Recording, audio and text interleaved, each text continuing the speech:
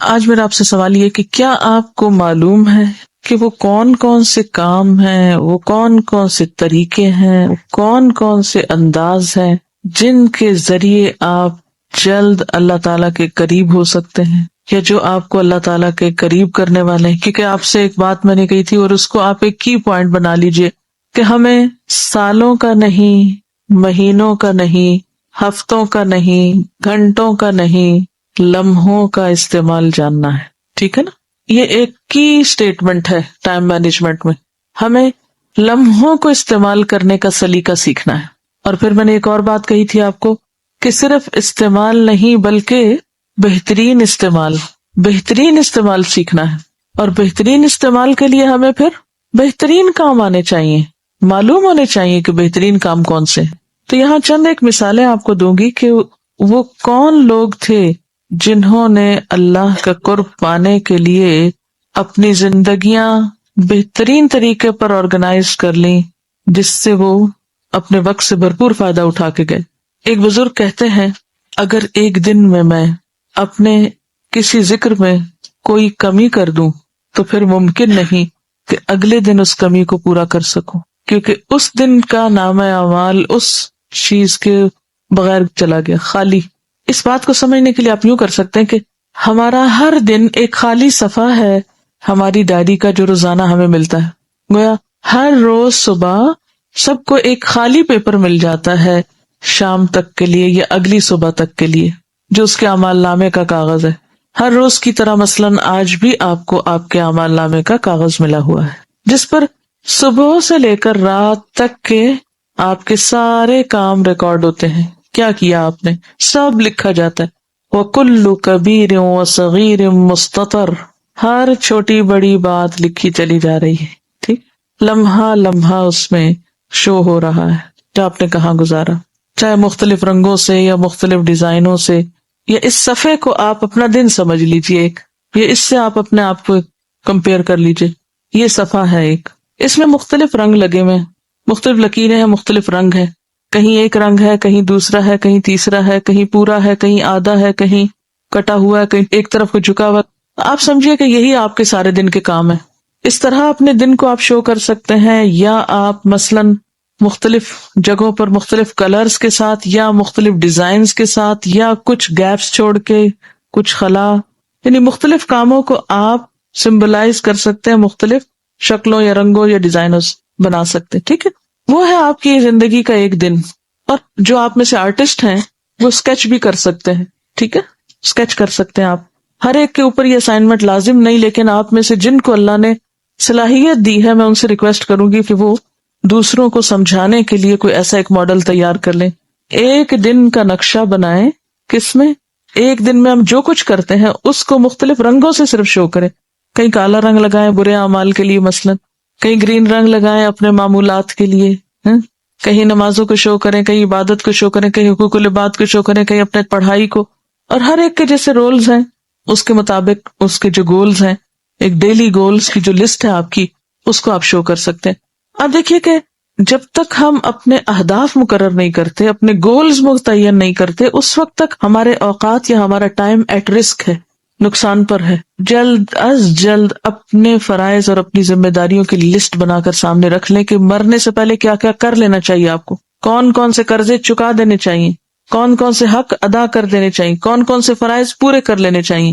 اور by the وے وقت کون سا ہے وہ موت کا، کیا ٹائم ہے، ٹائم لمٹ کیا آپ کے پاس، لمحے کا نہیں پتا، اس لیے اس میں تاخیر نہیں ہونی چاہیے. وَلْتَنْظُرْ نَفْسٌ مَا قَدَّمَتْ لِغَدٍ، ہر شخص کو اپنا آپ حساب کرنا ہے، کیا ٹاسک ہے میرے، کیا اسائنمنٹس ہیں میری، کیا ذمہ داریاں ہیں میری، کیا فرائض ہیں میرے، کیا امنگیں ہیں، کیا آرزویں ہیں، کیا گولز ہیں، اہداف ہیں، زندگی میں کیا کرنا چاہتی ہوں. تو سب سے پہلے تو قرض اور فرض کی لسٹ بنائیے، مجھ پہ فرض کیا ہے، مجھ پہ قرض کیا ہے، یعنی ذمہ داری کیا ہے. پھر اس کے بعد آپ مزید کیا چاہتے ہیں، خواہشات کی لسٹ بنا لیں، امنگیں، آرزویں، ٹھیک ہے نا، ان کی آپ لسٹ بنا لیں. اچھا، پھر کچھ چیزیں تو سالوں میں ہوگی. ٹھیک، مثلاً عبداللہ بسفر ایک بہت اچھے قاری ہیں، ان سے کسی نے پوچھا کہ تم کیا کرنا چاہتے ہو زندگی میں، جیسے ہمارے یہاں بچے کہتے ہیں ہم پائلٹ بنیں گے، کوئی ڈاکٹر بنیں گے. تو ان سے کسی نے پوچھا کہ تم کیا کرو گے، تو ان کا میں اپنی زندگی میں 1 ملین لوگ حافظ بناؤں گا. ملین جو 10 لاکھ ہوتے ہیں. اب یہ تو نہیں ہو سکتا کہ کوئی اگر یہ گول بنائے اور وہ کہ کل میں اپنا گول پورا کر لوں، یہ نہیں ہو سکتا. کچھ گولز ایسے ہیں جو آپ کی زندگی کے ساتھ لمبی عمر تک چلیں گے اگر آپ کو اللہ نے لمبی زندگی دے دی. ڈپینڈ کرتا ہے تو اللہ کی مرضی، ہمارے ہاتھ میں تو کچھ نہیں. کچھ آپ کے گولز ایسے ہیں کہ جو شارٹ ٹرم ہوتے ہیں، کم وقت کے لیے ہوتے ہیں، تو یہ بھی آپ کو پھر دیکھنا ہوگا. پھر ایک اور حیثیت سے کہ جو آپ کے رولز ہوتے ہیں اسی کے مطابق آپ کے گولز ہوتے ہیں. آپ کا رول کیا ہے؟ مثلاً ایک سب سے اہم رول اس وقت آپ کا کیا کہ آپ ایک طالب علم ہیں، ٹھیک ہے. آپ کے اور بھی رولز ہو سکتے ہیں، مثلاً آپ ایک بیٹی ہیں، آپ ایک بیوی ہیں، آپ ایک ماں ہیں، آپ ایک مثلاً ڈاکٹر ہیں، کچھ بھی ہیں. اس کے مطابق آپ کو اپنے گولز جو ہیں وہ متعین کرنے ہیں.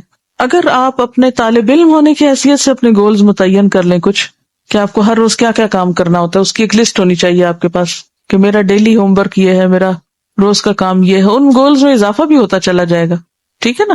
تو وہ اگر آپ کے سامنے ہوں گے گولز، تو پھر اس کے بعد آپ دیکھتے جائیں کہ آپ ان میں سے کیا کیا کر رہے ہیں، کیا کر سکتے ہیں، کیا نہیں کر سکتے، ابھی کتنا کام آپ نے کرنا ہے. تو ان گولز کو بھی آپ اپنے اس کلر کے ساتھ شو کر سکتے ہیں، ٹھیک ہے نا، مختلف کلرز کے ساتھ کہ یہ آپ کے ہائی امنگیں ہیں اور امیدیں ہیں جو آپ. اچھا، پھر آپ کے کچھ معمولات ہوتے ہیں دن کے، جیسے صبح شام کے آپ ذکر کرتے ہیں، نماز کے بعد کا ذکر کرتے ہیں، وغیرہ وغیرہ جو آپ کو کرنے چاہیے. اب کیا ہے، آج کے دن آپ نے مثلا صبح شام کی دعائیں کوئی نہیں پڑھی فار ایگزامپل، یا فجر کی نماز کے بعد کے اذکار نہیں پڑھے، وہ کیا ہوا، خالی خانہ چھٹ گیا. اب کل کے دن آپ کہیں اچھا میں کل پڑھ لوں گی نا، کیا ہوا آج نہیں پڑھی تھی، وہ آج یہ ہو گیا تھا، وہ ہو گیا تھا، یہ تھا وہ تھا، کوئی اس پہ الزام لگایا، کوئی اس کو بلیم کیا، کوئی کسی پہ ذمہ داری ڈالی اور کام کوئی نہ کیا. اب یہ جو آج کی آپ کی شیٹ ملی تھی نا، زندگی کا آج کا کاغذ آپ کا ملا تھا، اس میں تو رہ گیا خالی. اب یہ بزرگ یہی کہتے ہیں کہ جو میرا ایک دن کا عمل رہ گیا میں کل اس کو پورا کر ہی نہیں سکتا. پچھلے دن کی کاغذ تو واپس چلا گیا آ کے. جو آج آپ کو کاغذ ملا ہے کیا کل یہی ملے گا کہ جو خانے رنگ بھرنے رہ گئے تو ذرا آج بھر لیں بیٹھ کے؟ یہ تو نہیں ہو سکتا نا. اس لیے جو آج کرنا ہے نا وہ آج ہی کرنا ہے آپ کو. تو جو اہم ترین عادت اللہ کے قریب ہونے کی ہے وہ کیا ہے؟ کچھ چیزوں کو جو آپ نے اپنے گول سیٹ کیے ہوئے، جو اپنی عادات ہیں، ٹھیک ہے بہت زیادہ نہ بے شک سیٹ کریں، اتنے ہی کریں جو آپ کر سکتے ہیں، ان کو آپ نے پورا کرنا ہے. سستی، کمی، کوتاہی، کاہلی، غفلت سے ان کو بھولنا نہیں، چھوڑنا نہیں. اور ہو جائے غفلت تو اتنا ہی وقت محض ایکسکیوزز کرنے میں نہیں گزار دینا، کیونکہ بہت سے لوگ نمبر 1 سستی سے کام نہیں کرتے، پھر نمبر 2 غیر حقیقی وجوہات بتاتے رہتے ہیں جو سچی کوئی نہیں ہوتی. اپنے کو بھی دھوکہ دیتے ہیں، اوروں کو بھی دیتے ہیں. وما یخدعون الا انفسهم وما یشعرون. جب تک اپنے ساتھ ہم سچے نہیں ہوں گے اس وقت تک ہم اپنے دشمن ہیں. خود اپنے ساتھ سچے، اپنا بھلا سوچے، کسی پہ احسان نہ کریں. ایک بچی میرے پاس آئی تو کہنے لگی میں نے کسی نے لیکچر دیا تو میں نے سنا کہ جو اولاد اچھے کام کرے تو وہ اپنے والدین کے لیے صدقہ جاریہ بنتی ہے، تو پھر مجھے کیا فائدہ ہوگا؟ اگر میرے کاموں کا فائدہ میرے ماں باپ کو ہی ہونا ہے تو میرا کیا فائدہ؟ میں نہیں کرتی. تو ہو سکتا ہے آپ بھی یہی سوچ رہے ہو، ہم کیوں اچھے بنے اگر ہمارے ماں باپ کو فائدہ ہونا ہے ہم سے. وَمَنْ جَاهَدَ فَإِنَّمَا يُجَاهِدُ لِنَفْسِهِ. سب سے پہلا فائدہ آپ کو خود ہوتا ہے، باقی کسی کو بعد میں ہوتا ہے. ایک کتاب ہے مقدمہ ابن خلدون، اس میں ہارون الرشید کے بارے میں آتا ہے کہ جب اس نے اپنے بیٹے الامین کو اس کے استاد کے سپرد کیا تو استاد کو ایک ریکویسٹ کی کہ اقرئہ القرآن، اس کو قرآن کی قرات سکھاؤ، قرآن پڑھنا سکھاؤ. وعرفہ الاخبار، تاریخ کی معرفت دو، اخبار کہتے ہیں تاریخ کو. وروّہ الاشعار، اور اس کو اشعار کی تعلیم دو یا اشعار سے مانوس کرو. وعلمہ السنن، سنت کی تعلیم دو، سنتیں سکھاؤ، یعنی زندگی میں عام روزمرہ زندگی میں کون سا کام کیسے کرنا چاہیے نبی صلی اللہ علیہ وسلم کی پیروی کرتے ہوئے. وبصرہ بمواقع الکلام، وبصرہ بمواقع الکلام. بصرہ کا مطلب ہے بصیرت دو اس کو، سجھاؤ اس کو. مواقع موقع کی جمع ہے، کلام کا معنی کیا ہے؟ کلام، یعنی ایک بات کے جو موقع ہے، موقع محل کی مناسبت سے بات کرنا سجھاؤ یا سکھاؤ کہ کس موقع پر کیا بات کرنی چاہیے اور کس انداز میں کرنی چاہیے، کہ یہ بچہ کس وقت میں کیا کہا کرے. وَامْنَعْهُ مِنَ الضِّحْكِ إِلَّا فِي أَوْقَاتِهِ، اور اس کو ہنسنے سے روک کر رکھنا مگر اس کے موقع پر یا موقع کی مناسبت سے یا اس کے اصل وقت میں. إِلَّا فِي أَوْقَاتِهِ، مگر ہنسی کے وقت. کیوں؟ بے موقع کی ہنسی کیا ہوتی؟ بے موقع کون ہنستا ہے؟ مجنون. جو مجنون ہوتے ہیں، پاگل لوگ جنہیں آپ کہتے ہیں، ان بیچاروں کو نہیں پتا ہوتا کہ کہاں ہنسنا ہے کہاں رونا ہے، تو ہر موقع بے موقع وہ ہنس دیتے ہیں بعض اوقات۔ تو بعض لوگ بھی بالکل مجنونانہ حرکتیں کرتے ہیں، سنجیدہ مجلس میں ہنسنا شروع کر دیتے ہیں، بعض اوقات نماز پڑھتے ہوئے ہنسنے لگتے ہیں۔ عموماً آپ نے بچوں کو دیکھا ہوگا کہ نماز میں کھڑے ہوتے ہیں اور ساتھ ہی ہنسنا شروع کر دیتے، ایک ہنستا ہے اور سارے بچے اگر کٹھے نماز پڑھے سب ہنسنا شروع کر دیتے۔ اب ان کو آپ کیا کہہ کے معاف کر دیتے ہیں؟ بچے ہیں، لیکن بڑوں کو تو نہیں معاف کیا جا سکتا نا۔ اور اگر کوئی ایسی حرکتیں کرتا ہے کا مطلب ہے کہ اس کے اندر ادب نہیں، اخلاق نہیں، تمیز نہیں، اس کی تربیت ہی نہیں ہوئی، ٹھیک ہے۔ یعنی ہنسنا منع نہیں ہے، لیکن اس وقت ہنسنا جب ہنسنے کا موقع نہ ہو، جب بے موقع ہنسنا وہ درست نہیں ہے۔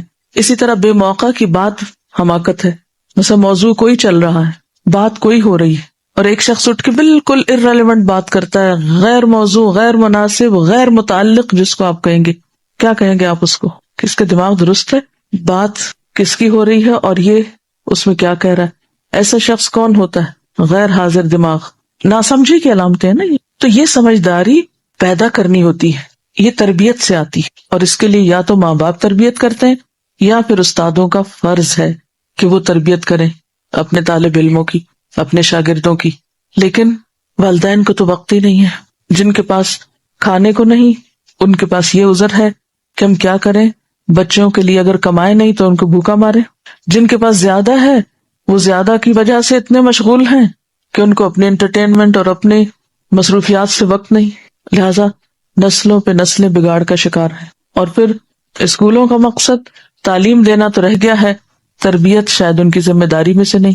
تو ایسے میں قرآن پڑھنے پڑھانے والے اگر اس گیپ کو فل کریں اور اس فریضے کو ادا کریں تو تبھی اسلام کا کوئی عملی نمونہ سامنے آئے گا، ورنہ اگر ہم بھی بے سوچی سمجھی باتیں اور بغیر موقع کے کام کرتے رہے تو ہماری زندگی بھی ضائع ہونے کا امکان ہے، ٹھیک ہے نا۔ وقت کے صحیح استعمال میں ایک تو یہی اہم ترین بات ہے کہ جس کام کے لیے جو وقت مقرر کیا گیا ہو اس کام کو اس وقت کے اندر کرنا، اور اس کی تربیت اور ٹریننگ ہمیں اللہ سبحانہ وتعالیٰ نے دی ہے نمازوں کے ذریعے۔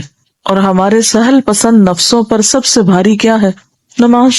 اور نماز نہ پڑھنے والے، خیر ان کے لیے تو پھر اوقات کی پابندی کوئی اہمیت ہی نہیں رکھتی، لیکن عموماً یہ دیکھا گیا ہے کہ جو نماز پڑھنے والے بھی ہیں وہ بھی ایک بہت بڑی مشکل کا شکار ہیں، اور وہ کیا ہے؟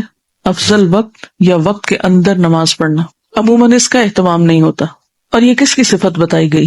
سستی کے مارے نماز پڑھنا اور نماز میں اللہ کو یاد نہ کرنا، ادھر ادھر کی باتیں سوچتے رہنا، منافقین کی۔ ان المنافقین یخادعون اللہ وہو خادعہم، بے شک منافق اللہ کو دھوکہ دیتے ہیں۔ یہ جو ٹال مٹول والی عادت ہے نا، یہ بھی ایک طرح سے چیٹنگ ہی ہے۔ وہو خادعہم، اور وہ ان کو دھوکہ دینے والا ہے۔ وَإِذَا قَامُوا إِلَى الصَّلَاةِ قَامُوا كُسَالَىٰ، اور جب وہ نماز کے لیے کھڑے ہوتے ہیں تو سستی کے مارے کھڑے ہوتے ہیں۔ یُرَاؤُونَ النَّاسَ، لوگوں کو دکھاوا کرتے ہیں، کام کرنے کا مقصد کچھ اور ہوتا ہے، دکھاتے کچھ اور ہے۔ وَلَا يَذْكُرُونَ اللَّهَ إِلَّا قَلِيلًا، اور اللہ کو بہت تھوڑا یاد کرتے ہیں۔ اس کا کیا تعلق ہے؟ نماز میں سستی سے کھڑے ہوتے ہیں، یعنی اللہ کو بہت کم یاد کرنے کا کیا تعلق ہے نماز میں سستی کرنے کے ساتھ؟ بات یہ ہے کہ جب وہ آتے ہی سستی کے ساتھ ہیں، پڑھتے ہی لیٹ ہیں، تو پھر اللہ کو کہاں یاد رکھیں گے؟ اس نماز میں اللہ تعالیٰ کو انسان اسی وقت یاد رکھ سکتا ہے جب انسان ٹائم پر نماز پڑھے، وقت لے کر پڑھے۔ اگر وقت ہی نہیں ہے نماز پڑھنے کا یا بہت تھوڑا وقت رہ گیا ہے تو بھلا آپ کس طرح اللہ کو یاد کر سکتے ہیں اس میں؟ پھر تو آپ کا دھیان کس کی طرف ہوگا کہ بہت تھوڑا وقت ہے، جلدی سے نماز پڑھ لوں۔ اسی کی تفسیر آپ صلی اللہ علیہ وسلم نے کی تھی نا کہ تلک صلاۃ المنافق، تلک صلاۃ المنافق، تلک صلاۃ المنافق، یہ منافق کی نماز ہے، یہ منافق کی نماز ہے، یہ منافق کی نماز ہے۔ 3 دفعہ یہ فرمایا۔ تو پوچھا گیا کہ کون سی نماز منافق کی ہے؟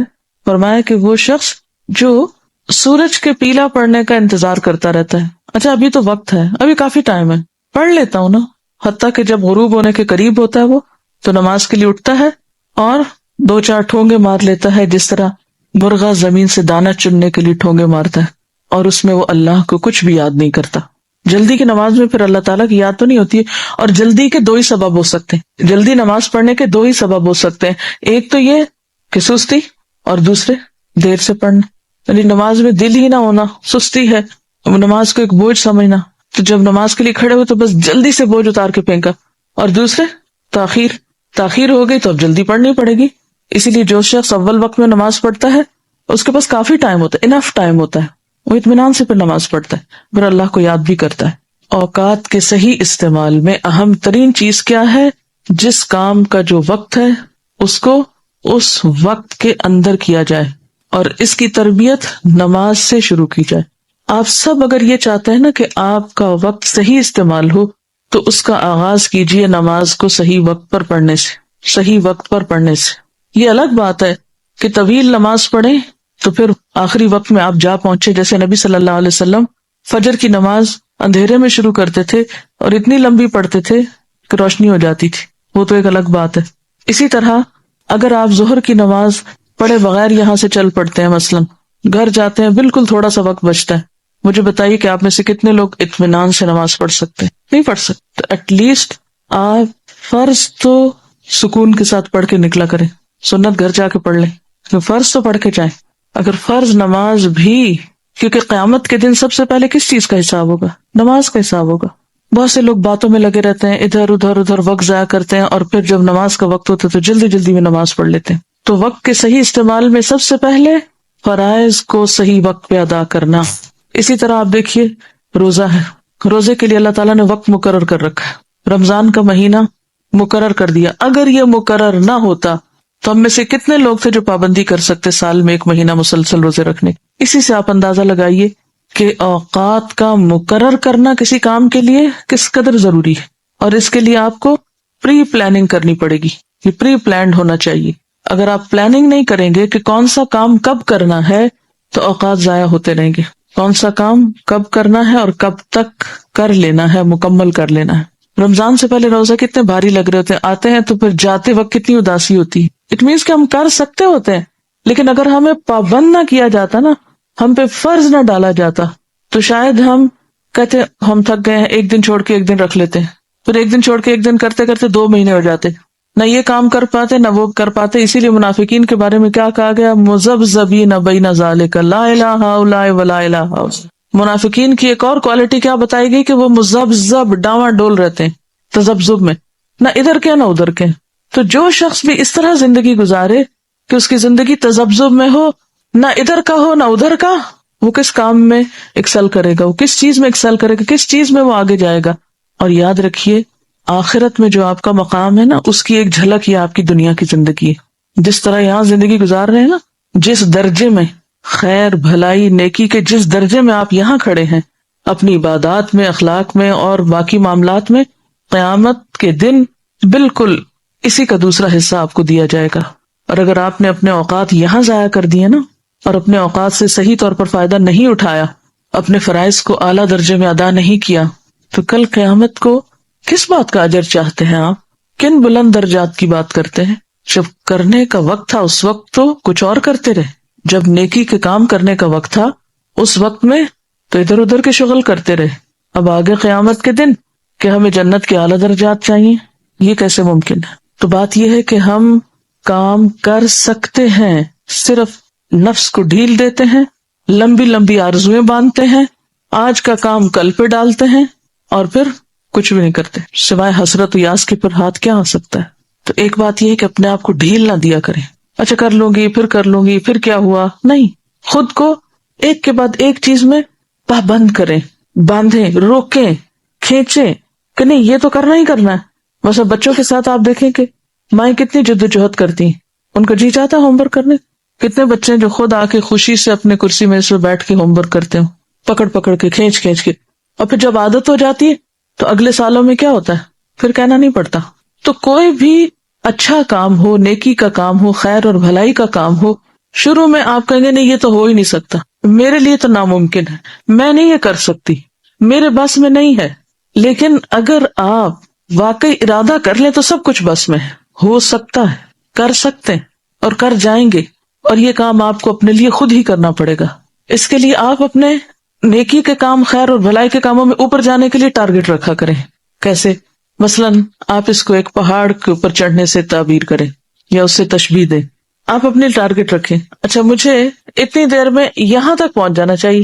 جیسے کبھی آپ اگر سفر کر رہے ہوں مثلا گاڑی پہ اگر سفر کر رہے ہوں اور آپ نے نوٹ کیا ہوگا کہ آپ سوچتے اچھا کتنے مائل ہو گیا سفر، اتنے مائل، اچھا اتنا باقی ہے، وہ مائل سٹون پہ آ بھی جاتا ہے نا کتنا باقی، کہتے میرا خیال ہے کہ 1 گھنٹہ لگ جائے گا، اور عموماً سفر میں ایسی گفتگویں کرتے ہیں نا، بس 1 گھنٹے کی بات ہے پہنچ جائیں گے، اور میرا خیال ہے شاید ہی کوئی شخص ایسا ہو جو سفر کرتے ہوئے، اچھا چھوڑیے باقی جو گھر سے آتے جاتے ہیں روز، تو ہو سکتا ہے کچھ لوگوں کی عادت یہ کہ بار بار اپنی گھڑی یا گاڑی کی گھڑی دیکھتے رہتے ہوں کہ اچھا کتنے منٹ ہو گئے اور کتنا رہ گیا، آدھا ہو گیا یا کوارٹر ہو گیا یا کتنا ہو گیا، دیکھتے ہیں نا، ایک ٹارگیٹ ہوتا ہے اتنی دیر میں ہم پہنچ جائیں گے، یہ تو آپ بندھے ہوئے ہیں نا، تو اس لیے بس اس میں آپ خود سوچتے رہتے ہیں، کچھ چیزوں کے ٹارگیٹ آپ خود سیٹ کیا کریں، سامنے گولز رکھے کریں اپنے، اتنے دنوں میں اتنے وقت میں یہ کام مجھے کر لینا ہے اور میں کر لوں گی، ہو جائے گا، کیوں نہیں ہوگا، ہو سکتا ہے، انڈر ایسٹیمیٹ نہیں کیا کرے، اور اگر نہ ہونے کا ڈر ہو تو اللہ سے دعا کیا کرے کہ اللہ تعالیٰ اوقات میں برکت پیدا کر دے۔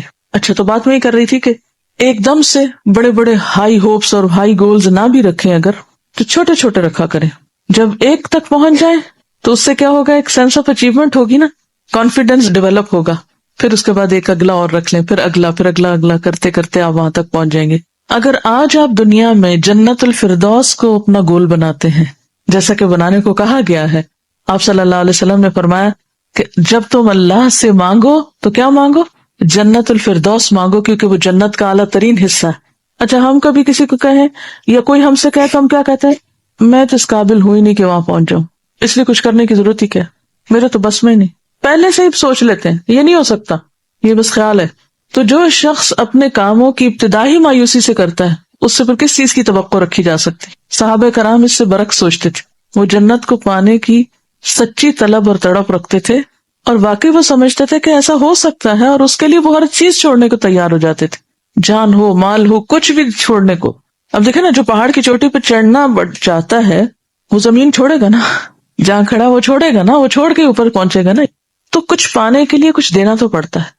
پھر آپ یہ دیکھیں کہ ملے گا کیا اور چھوڑ کیا رہے ہیں، کس کی قیمت زیادہ ہے؟ جس کی زیادہ ہے اس کو لے لیں، اور جس کی تھوڑی ہے اس کو چھوڑ دیں، اس کی قربانی کر لیں۔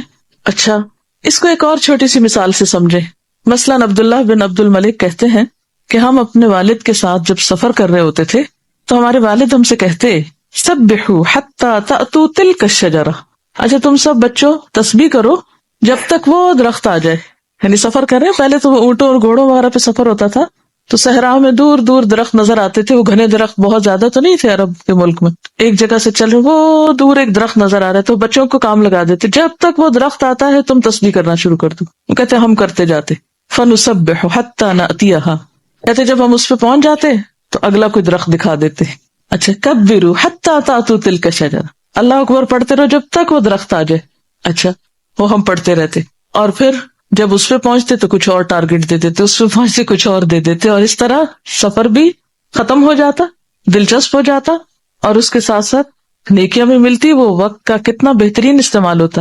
اچھا یہاں ان کی ایک حکمت ہے نا، کہ اگر بچوں کو کہتے دیکھو آدھا گھنٹہ تو تم تسبیح کرو اور آدھا گھنٹہ تکبیر پڑھو اور آدھا گھنٹہ فلاں کرو اور آدھا گھنٹہ وہ، تھوڑی دیر میں بچے بھول جاتے۔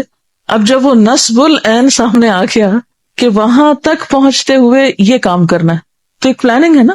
اچھا مثلاً ہم نے آپ کے ساتھ ایک پلاننگ کی ہوئی ہے، اس کے لیے کیا ہے، وہ لیسنس کو ڈے وائز الگ الگ کیا ہوا کہ اس دن اتنا ہو جانا چاہیے۔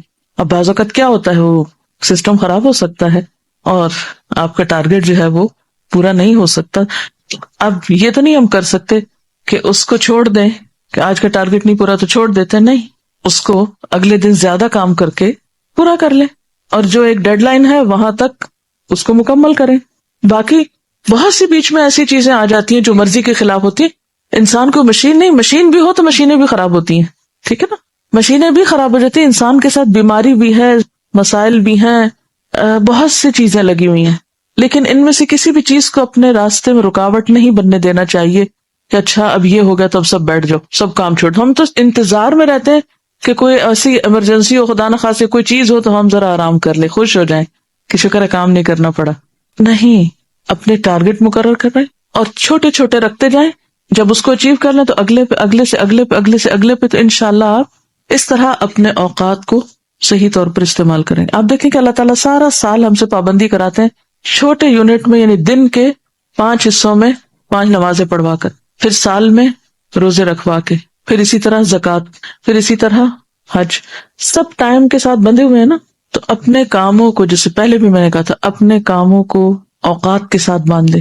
بہت سے لوگ اپنا کافی وقت صرف اس میں ضائع کرتے رہتے ہیں کہ وہ اپنی مصروفیات کی کہانی سناتے رہیں. کچھ لوگوں کی عادت ہوتی ہے ہر وقت اپنی مصروفیات کی کہانی سناتے رہتے ہیں.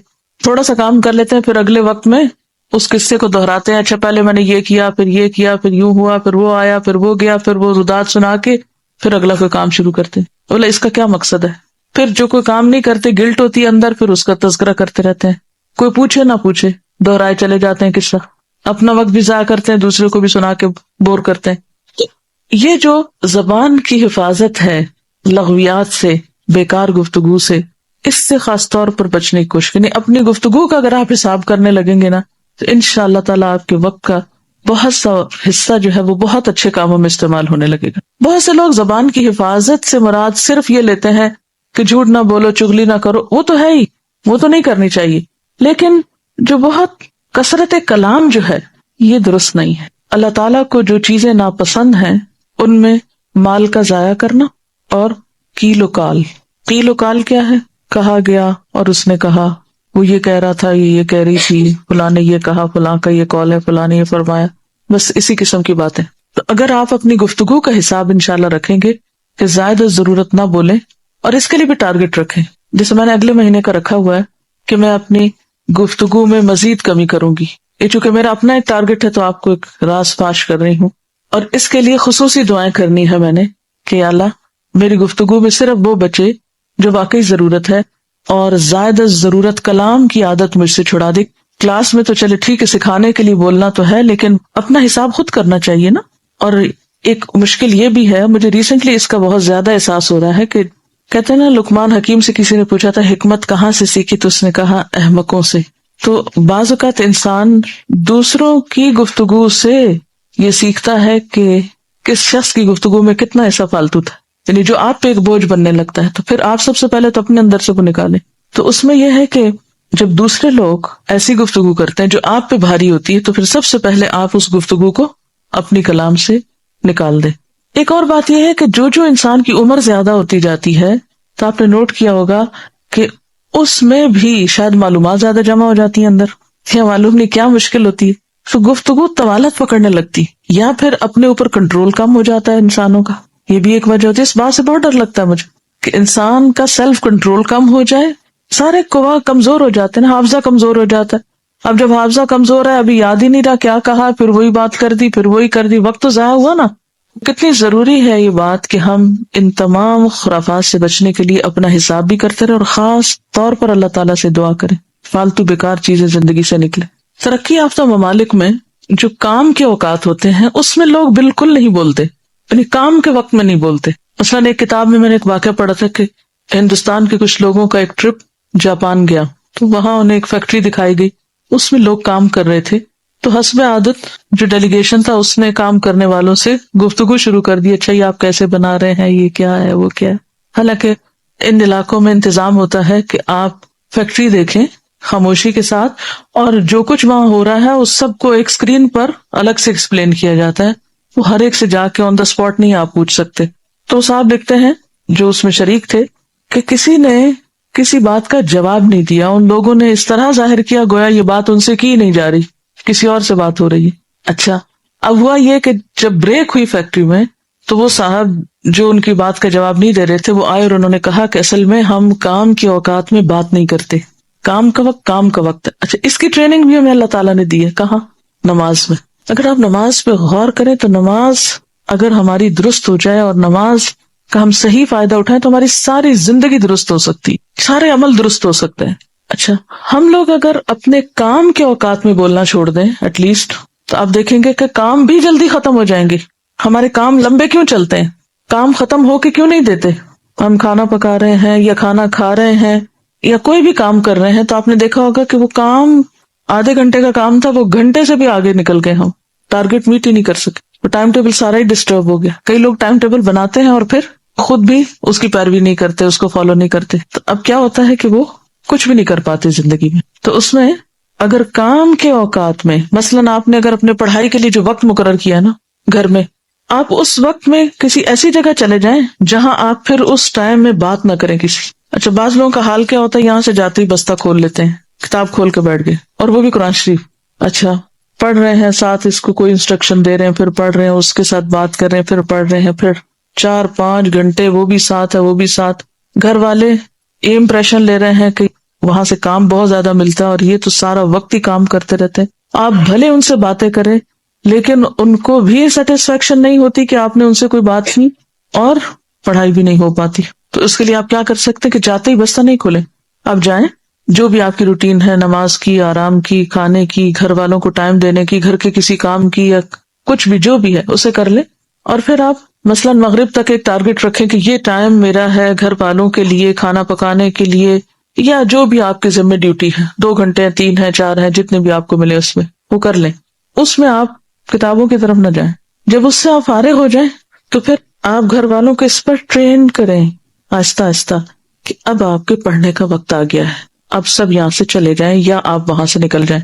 چاہے ایک کمرے کا گھر ہے نا، تو اس میں بھی ایک کونا فکس کریں، جگہ مقرر کریں، ٹائم مقرر کریں، اور اس ٹائم میں اپنا ٹارگٹ پورا کریں. بعض لوگ کتاب کھول کے بھی دنیا بھر کی باتیں سوچتے رہتے ہیں، پھر خیال آتا ہے اوہو، پھر شروع ہو جائے، پھر ادھر. یہ بھی وقت کا ضائع کرنا ہے. جو ٹائم مقرر کیا ہے اس کو سامنے رکھیں اور دیکھیں کہ کیا آپ کی جو ٹارگٹ تھا وہ درست تھا، کتنے منٹ میں اتنا کام ہو سکتا ہے، اسے کریں. اور اگر بیچ میں آپ بریک لینا چاہیں تو پھر اس بریک کو بھی انجوائے کریں. اب دیکھیں کہ ترقی یافتہ ممالک میں کیا ہوتا ہے، کام کے اوقات مقرر ہوتے ہیں. مثلاً 8 بجے اگر دفتر کا ٹائم ہے تو 8 بجے ہی شروع ہوتا ہے، اور پھر 10 بجے اگر بریک ہے تو 10 منٹ کی، تو وہ 10 منٹ کی بریک میں کوئی کام نہیں کرتا. ہم لوگوں کا حال کیا ہے، جو بریک کا ٹائم ہوتا ہے اس میں ہم کام کرتے ہیں، جو کام کا وقت ہوتا ہے اس میں ہم بریک لیتے ہیں.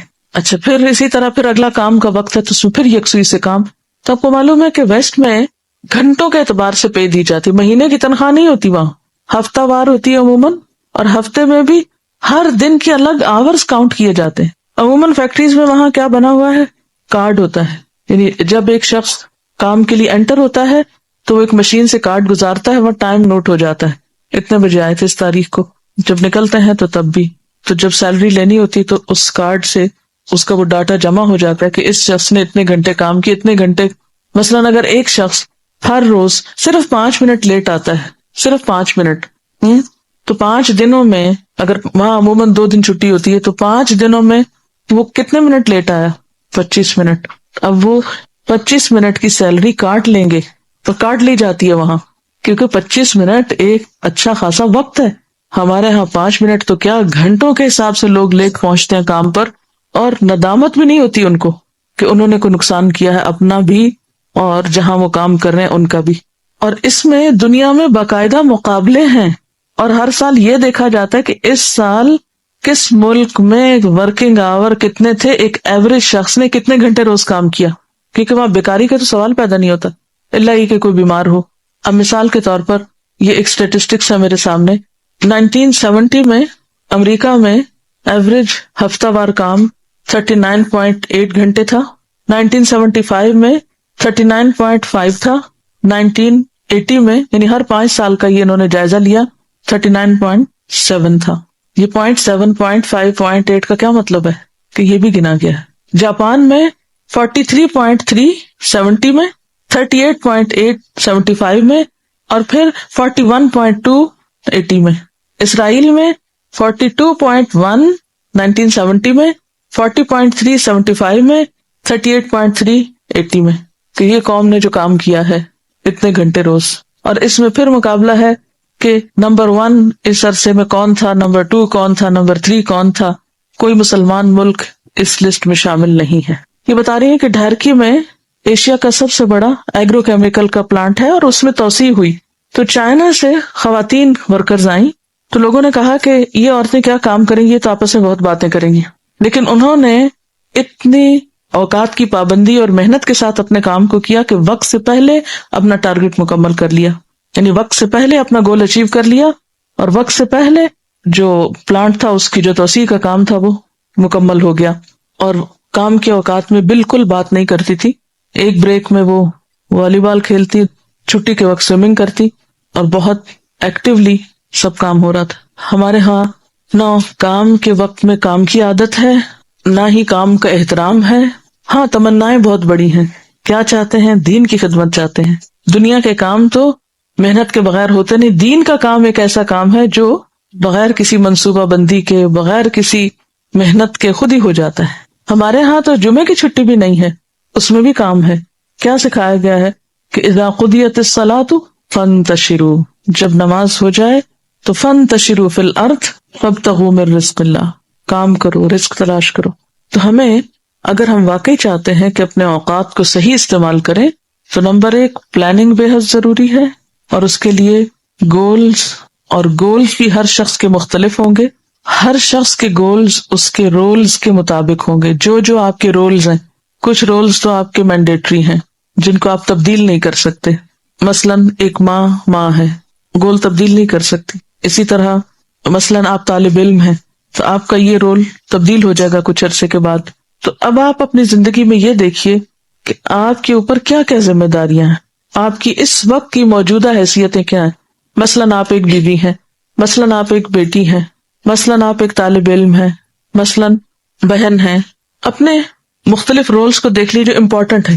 اب مثلاً اگر آپ ایک بیوی ہیں تو ظاہر ہے آپ کے شوہر کے حقوق ہیں آپ پر. علم کا حاصل کرنا آپ کے شوہر کے حقوق کی قیمت پہ نہیں ہو سکتا. اسی طرح اگر آپ ایک بیٹی ہیں تو والدین کی مدد کرنا یا ان کا ساتھ دینا آپ کی ذمہ داریوں میں سے. تو پہلا کام تو یہ کیجئے کہ ایک جو آپ کا رول ہے اس کے مطابق آپ کا گول کیا ہے، آپ کی ذمہ داریاں کیا ہیں. پھر اگلی بات یہ ہے کہ کون سا کام آپ نے کب کرنا ہے، کون سا کام کب کرنا ہے آپ کو. اب بعض لوگ ایک بوجھ سر پہ سوار رکھتے ہیں، اور ہمارے بچے ہیں نا، کیا کریں، کوئی وقت نہیں ملتا، سارا دن بچوں کو رونا روتے رہیں گے، کیا کریں، شوہر ہی نہیں مانتے، ان کی بڑی ذمہ داری مجھ، سارا دن شوہر کی بات، بہانہ ایک بنا لیا. تو یہ جو بہانے بنانے کی عادت ہے زندگی سے نکال دیجیے. اگر آپ جس وقت میں جو کرنا چاہیے اس کے پابند ہو جائیں تو شکایت بھی نہیں رہے گی، پھر شوہر کو شکایت نہیں ہوگی، پھر بچوں کو شکایت نہیں ہوگی، پھر آپ کی ٹیچر کو آپ سے شکایت نہیں ہوگی، کیونکہ آپ نے اپنے پڑھنے کے وقت میں کیا کیا، پڑھا اور پڑھ کر آئے. اچھا، کلاس میں آپ کی ذمہ داری کیا ہے، توجہ سے سننا، لکھنا، اور جو کہا گیا، انسٹرکشنز دی گئی ان کو فالو کرنا. اگر آپ اس وقت میں کچھ اور کر رہے ہوں تو کیا ہوگا، استاد کو شکایت ہوگی، اور یہ وقت کا ضیاع بھی ہوگا. آپ پھر یہاں بیٹھے کس لیے، آپ کچھ اور کریں جا کے. احمد بن عطا سے پوچھا گیا کہ طلب العلم فریضۃ علی کل مسلم کا معنی کیا ہے، کس چیز کا علم حاصل کرنا فرض ہے، کون سا علم حاصل کرنا فریضہ کے درجے میں ہے. ٹھیک ہے نا، علوم تو بہت سے ہیں نا، لیکن ہر علم کا سیکھنا تو فرض نہیں ہے نا. تو انہوں نے کہا علم الحال و علم الوقت و علم السر فمن جہل وقتہ وما علیہ فقد جہل العلم الذی امر به. علم الحال، حال کا علم. حال کا علم کا مطلب یہ ہے کہ جو آپ کا حال ہے، یہ حالت ہے، جو آپ کا اسٹیٹس ہے، یہ اپنا حال، جیسا بھی رول کیا ہے نا، یعنی آپ کے رولز کے مطابق کہ ایک آپ کا جو رول ہے اس کے بارے میں آپ کو علم ہونا چاہیے. مثلاً آپ کے رولز میں سب سے پہلا رول کیا ہے کہ آپ اللہ کے بندے ہیں. بندگی میں آپ کو کیا کیا کرنا ہے، تو فرائض آ گئے نا اس میں، نماز. اور پھر اسی طرح آپ کے حال میں ایک یہ ہے کہ آپ ایک بیوی ہے، بہن ہے، ہمسائی ہے. مثلاً جو آپ کی حالت ہے اس میں والدین کے حقوق پتہ ہونے چاہیے، شوہر کے حقوق پتہ ہونے چاہیے، بچوں کے حقوق پتہ ہونے چاہیے، وغیرہ وغیرہ. تو یہ حال کا علم ہے نا، یہ جو بھی آپ کا حال ہے، حالت ہے، اسٹیٹس ہے یا وقت ہے. ٹھیک ہے. دوسرا ہے علم الوقت. علم الوقت فریضہ ہے، ٹائم مینجمنٹ کا سیکھنا فرائض میں سے ہے کہ کس وقت میں مجھے کیا کرنا ہے، بچپن میں کیا کرنا ہے، جوانی میں کیا کرنا ہے، بڑھاپے میں کیا کرنا ہے.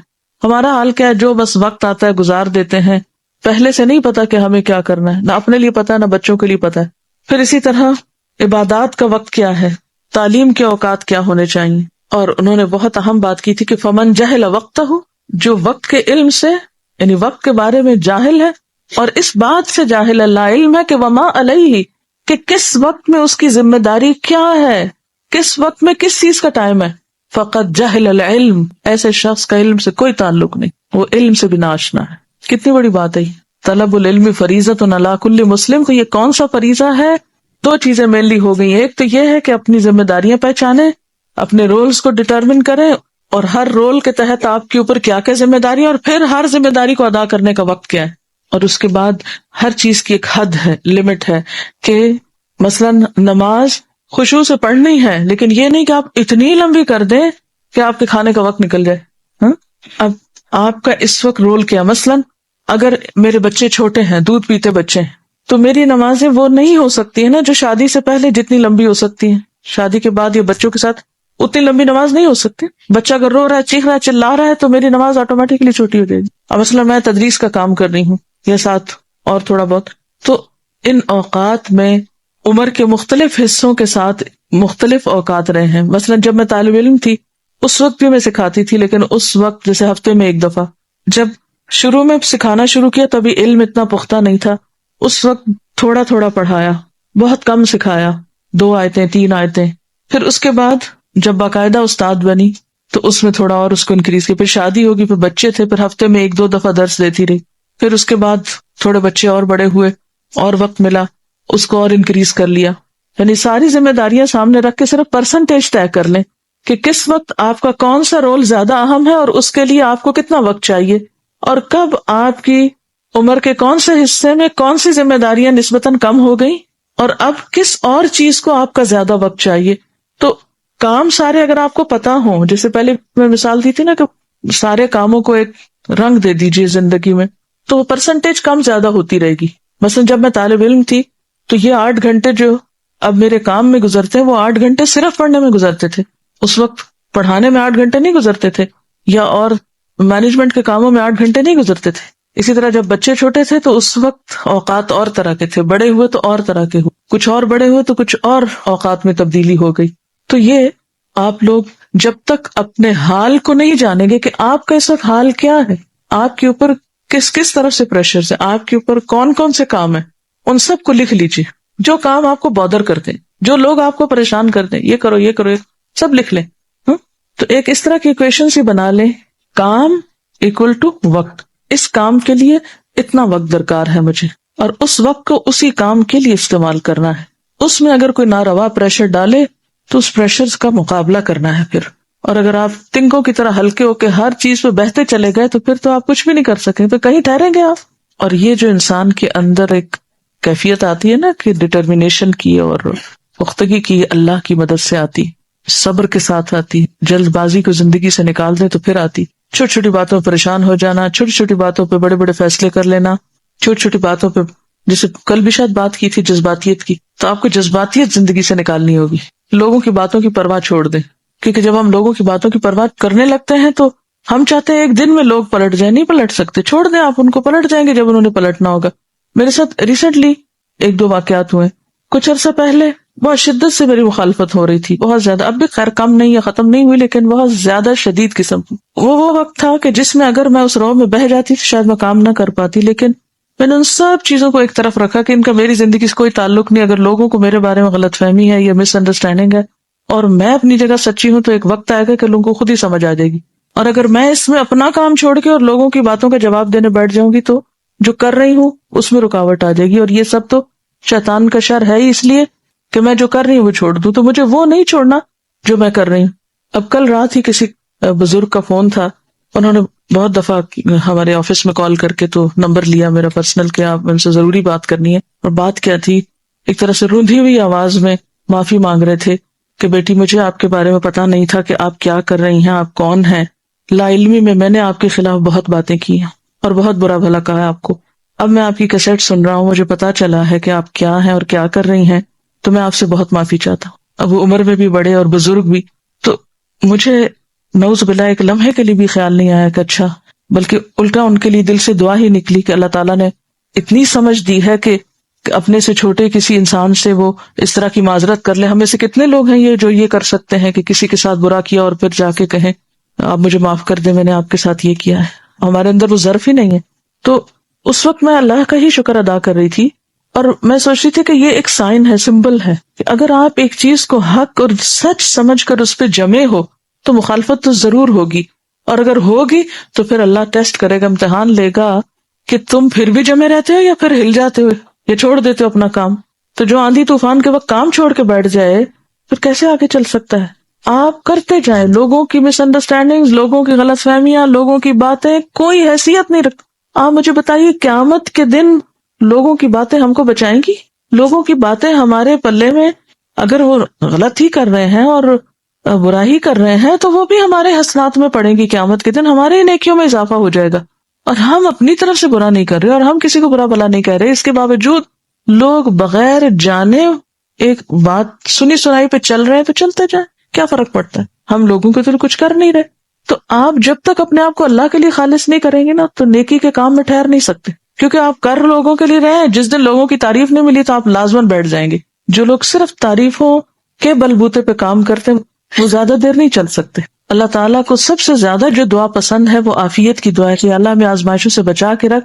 لیکن پھر یہ اللہ ہی اس راز کو جانتا ہے کہ کس کو کہاں کس چیز میں آزمانا ہے. اور یہ یاد رکھیے کہ کسی کی آزمائش چھوٹی ہوتی کسی کی بڑی ہوتی، لیکن ہوتی ہر ایک کی ہے. ایک تو یہ بات زندگی میں یاد رکھیں، اگر ہم سمجھتے ہیں کہ دین کے راستے میں ہمیں کوئی رکاوٹ نہیں، گھر والوں کا سب تعاون حاصل، ہو سکتا ہے صحت کے کسی مسئلے میں آزمائے جا رہے ہیں، ہو سکتا ہے کوئی مال میں آزمایا جا رہا، ہو سکتا ہے کوئی اولاد میں آزمایا جا رہا، ہو سکتا ہے کوئی شوہر کی طرف سے ہو سکتا ہے کوئی بیکار کی کسی اور چیز میں. تو ایک یاد رکھیے، یہ دنیا تو ہے ہی امتحان، اس میں امتحان تو ہونے ہیں، اس کے بغیر نہیں آپ زندگی گزار سکتے. لیکن امتحان کے وقت کون سا رویہ درست ہے یہ جاننا بھی بے حد آپ کو ضروری. تو یہ علم الحال ہے کہ کس وقت میں کیا ایکشن لینا ہے، کس کام کو کس طریقے پہ کرنا ہے، کس چیز کے لیے کیا وقت مقرر ہے. اور جب تک یہ آپ نہیں کریں گے اس وقت تک بات نہیں بنے گی. کیونکہ جو چیزیں اللہ نے فرائض کے درجے میں رکھ دی ہے نا، مثلا نماز فرض ہے، اب آپ 100 بہانے بھی کریں تو کیا کوئی ایک بھی قبول ہے اس میں سے؟ تب بھی قبول نہیں ہے. نماز نماز ہے جو وقت کی پابندی کے، ان الصلاۃ کانت علی المؤمنین کتابا موقوتا، وقت کی پابندی کے ساتھ فرض ہے، کوئی بہانہ نہیں چلے گا. اسی طرح ماں باپ کے ساتھ احسان کا رویہ فرض ہے، کوئی بہانہ نہیں چلے گا. اسی طرح کچھ اور کام ہے جیسے طلب العلم فریضۃ، علم حاصل کرنا فرض ہے، کوئی بہانہ نہیں چلے گا. تو ہمیں بہانے بنانے سے نکل آنا ہے، بہانے چھوڑنے ہیں. جو کرنا ہے چاہے کڑوا ہے چاہے میٹھا ہے اسے کر کے چھوڑنا ہے، اپنے آپ سے کروانا ہے. اور بعض اوقات ایسا ہوتا ہے کہ جیسے آپ خود نہیں کر پا رہے تو وتواصوا بالحق وتواصوا بالصبر کر لیں، کسی کو تھام کے اٹھ جائیں. چلیے وقت ختم ہو گیا، اور وقت کا موضوع تو ختم نہیں ہو سکتا، لیکن آن دا ہول جو اہم ترین حصہ تھا اس میں وہ ہو گیا. سبحانک اللہم وبحمدک نشہد ان لا الہ الا انت نستغفرک ونتوب الیک. والسلام علیکم ورحمۃ اللہ وبرکاتہ.